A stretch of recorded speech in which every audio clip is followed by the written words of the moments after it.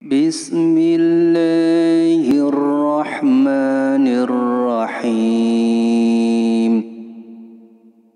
Alif Lam Mim.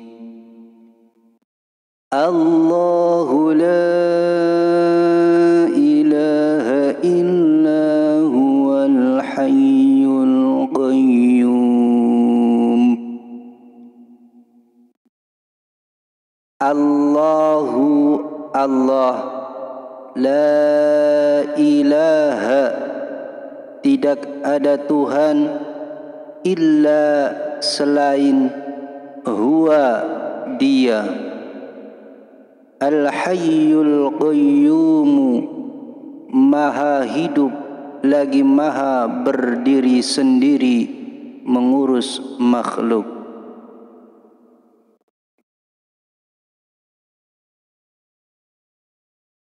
نزل عليك الكتاب بالحق مصدقا لما بين يديه وأنزل التوراة والإنجيل.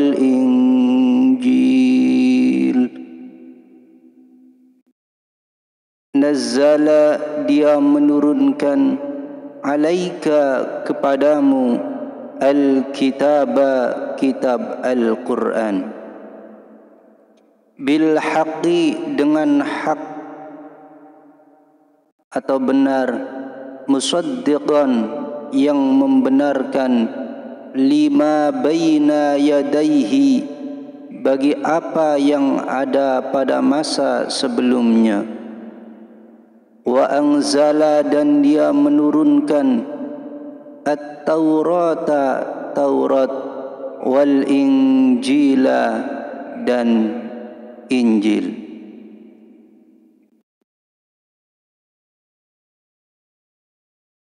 Dengan nama Allah yang Maha Pengasih, Maha Penyayang.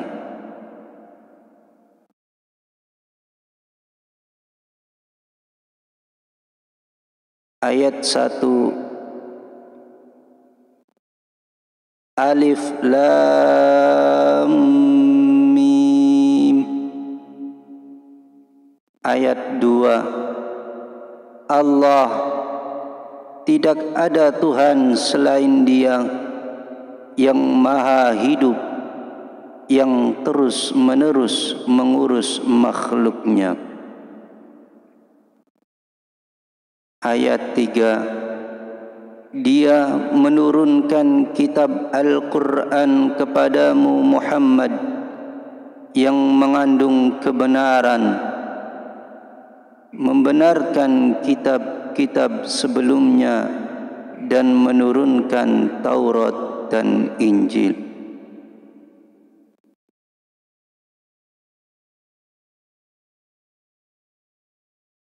Asbabun Nuzul Al-Quran Surat Ali Imran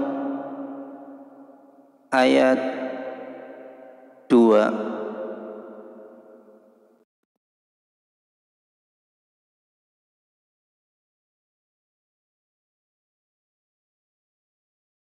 Ayat ini dan ayat-ayat setelahnya turun berkaitan dengan kaum Nasrani Najran yang datang kepada Rasulullah sallallahu alaihi wasallam dan berbantahan tentang Isa alaihi salam.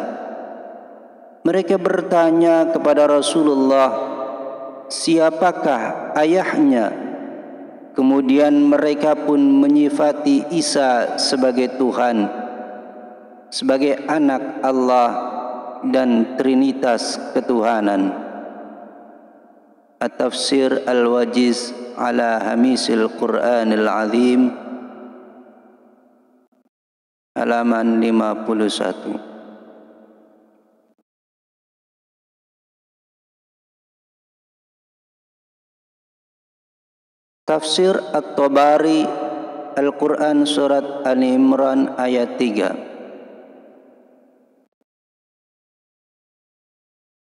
Ayat ini seolah mengatakan, Wahai Muhammad, sesungguhnya Tuhanmu dan Tuhannya Isa alaihi salam dan Tuhan bagi segala sesuatu adalah Tuhan yang telah menurunkan Al-Quran kepadamu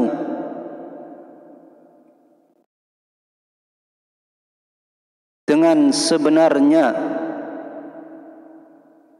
terbebas dari apa yang diperdebatkan ahli Taurat dan ahli Injil dan yang diperdebatkan kaum Nasrani, penduduk Najran dan seluruh musyrikin. Al-Quran ini membenarkan kitab-kitab sebelumnya yang diturunkan Allah kepada Rasul-Rasul dan Nabi-Nabinya, dan membenarkan tiap-tiap Rasulnya, karena sumber turunnya semua ini adalah satu, maka tak ada pertentangan di dalamnya. Dan kalau saja turun dari selainnya, maka akan terjadi banyak pertentangan. Diriwayatkan dari Mujahid tentang firman-Nya membenarkan kitab-kitab sebelumnya. Dia berkata, yang dimaksud sebelumnya adalah kitab atau Rasul. Juga diriwayatkan dari Ja'far bin Zubair tentang firman-Nya, Dia menurunkan kitab Al-Quran kepadamu Muhammad yang mengandung kebenaran. Dia berkata, yaitu dengan sebenarnya atas apa-apa yang mereka selalu perselisihkan. Tafsir At-Tabari Jilid 5 tahun 2001 halaman 180 sampai 182.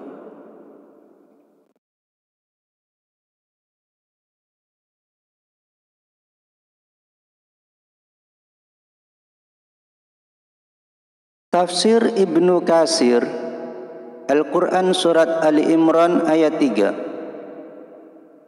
Firman Allah yang artinya Dia menurunkan kitab Al-Quran kepadamu Muhammad yang mengandung kebenaran, menerangkan bahwa Allah telah menurunkan Al-Quran kepada Rasulullah sallallahu alaihi wasallam.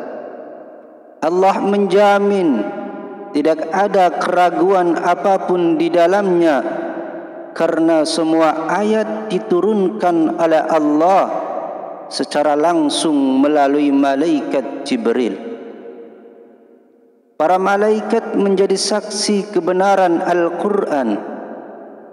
Allah menjamin keasliannya dan akan selalu menjaganya dari segala bentuk penyimpangan, baik tulisan maupun isinya sampai akhir zaman. Dalam ayat yang artinya kitab-kitab sebelumnya dan menurunkan Taurat dan Injil,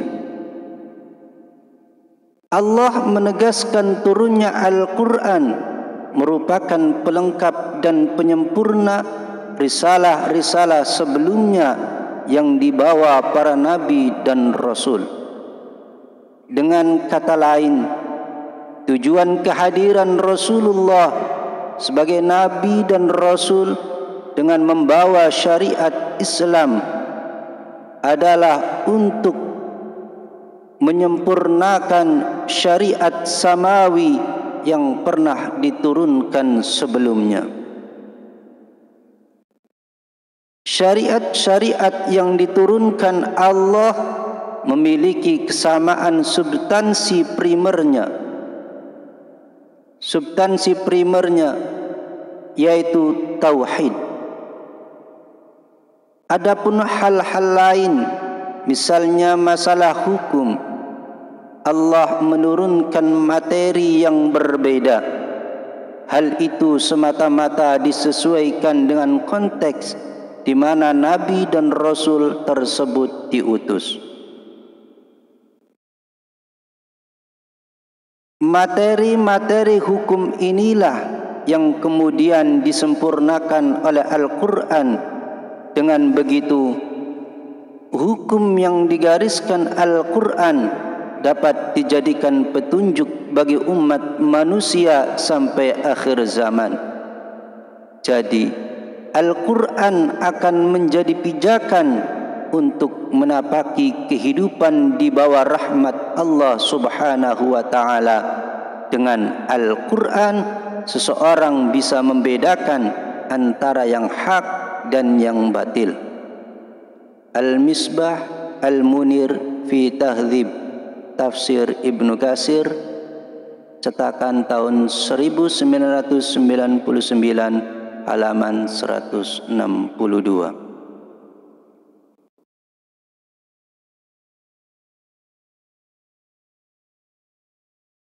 Doa dalam Al-Quran surat Ali Imran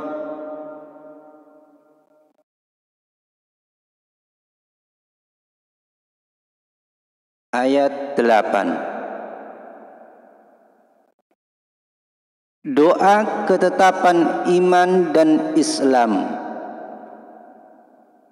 Dalam ayat ini terdapat doa memohon ketetapan iman dan Islam. Menurut Ibnu Katsir, doa ini adalah doa orang yang memiliki karakter tawadu di hadapan Allah Subhanahu wa ta'ala, selalu mengharap ridhonya, tidak memiliki rasa iri kepada orang lain, dan tidak pula meremehkan kelemahan orang lain. Doa ini juga merupakan doa orang-orang yang memiliki jiwa yang tenang dan hati ikhlas. Pokok doa ini adalah permohonan kepada Allah Subhanahu wa ta'ala agar Allah Subhanahu wa ta'ala tidak mengabaikan kita setelah mendapatkan hidayahnya, dan agar Allah Subhanahu wa ta'ala tidak memasukkan ke dalam golongan yang sesat. Doa ini juga dimaksudkan bahwa manusia senantiasa mengharap rahmatnya karena yakin bahwa Allah Subhanahu wa ta'ala Maha pemberi rahmat kepada hamba-hamba yang dikehendakinya. Keterangan dari kitab Al-Misbahul Munir fi Tahdzib Tafsir Ibnu Katsir, cetakan tahun 1999, halaman 163.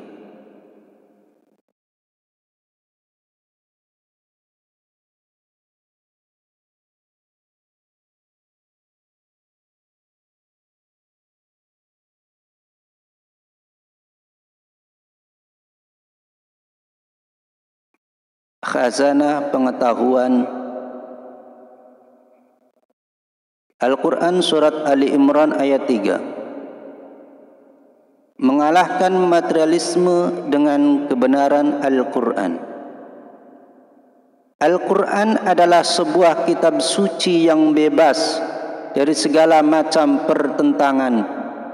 Hal tersebut merupakan sebuah kenyataan yang harus disebarkan kepada umat manusia secara eksplisit disertai dengan buktinya. Adalah juga menjadi suatu kepentingan bagi umat manusia untuk mengetahui kronologi peristiwa yang berkaitan dengan wahyu di dalam Al-Quran.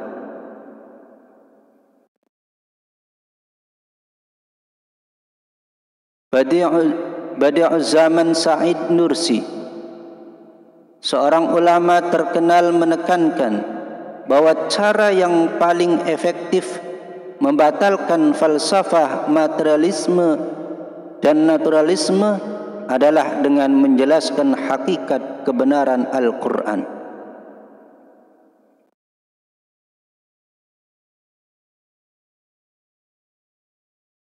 Freemasonry, komunisme, dan kekufuran terbentuk secara langsung di dalam anarkisme. Satu-satunya yang dapat berdiri kukuh menentang situasi yang mengerikan ini adalah integritas Islam yang dibina berdasarkan kebenaran di dalam Al-Quran. Keterangan dari Harun Yahya dalam buku Jihad Menentang Agama Batil, cetakan tahun 2006.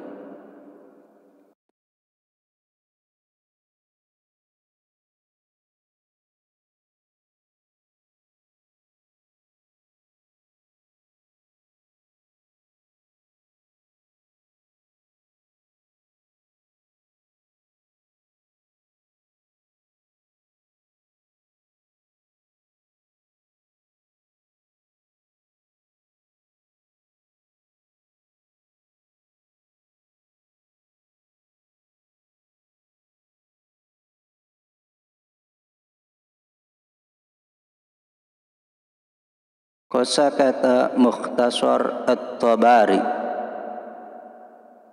Al-Quran Surat Al-Imran ayat 3 dan 7. Al-Kitab, yang dimaksud Al-Kitab di sini adalah Al-Quran.